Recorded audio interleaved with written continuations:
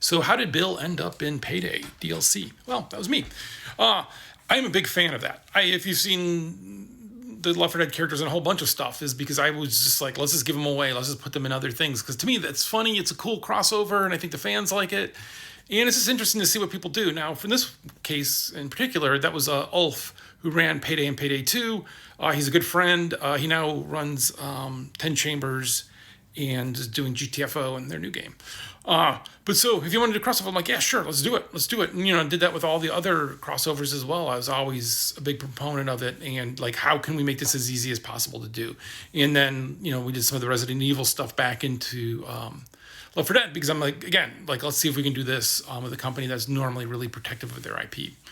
And, at one point, at Valve, we were pushing to try to like, what could we do like with TF2? Can we just give it away and let people do anything, and then say, but if you're making money for it, you gotta like then sign? Like, how much can you give IP away where people can do things and not, have it blow up in your face? And ends up there's a lot of legal stuff, especially around voice actors, which is right, it should be.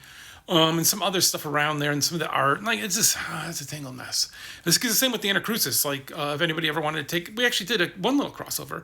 But if anyone wanted to take more on the characters and stuff and do crossovers, I'm more than happy to give stuff to them. I know we're not as big as Left 4 Dead. I know. But we already did one. I know equally, I'm like with the IP super loose of like, that's why I'm giving it to the community now to see what they can do. But like, if you're like, hey, I could sell Anacrusis t-shirts and make a bundle, or hoodies or whatever, yeah, let me know. I'm more than happy to give you a little piece of paper that says you can do that and you can make money off of it. And guess what you have to give me for doing that? Nothing, because I don't care. I don't care about that. I care about just people enjoying things that I'm making. And so, yeah, that is how that happened. And I am a big fan of that. And I'm a big fan of trying to be as loose with your IP as the lawyers will let you.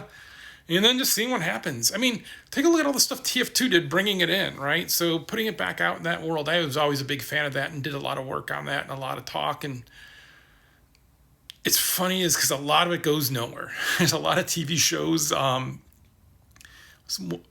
that I'm glad didn't work out, but some others that I just tried to get set up and do and just fell apart.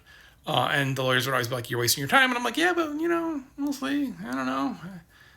Right, Valve, for the longest time, I think the only TV mention we had of one of our games was Counter-Strike really negatively for someone who did something bad on like one of the CSIs or something. Or Law & Order, back when it was Law & Order or whatever, yeah.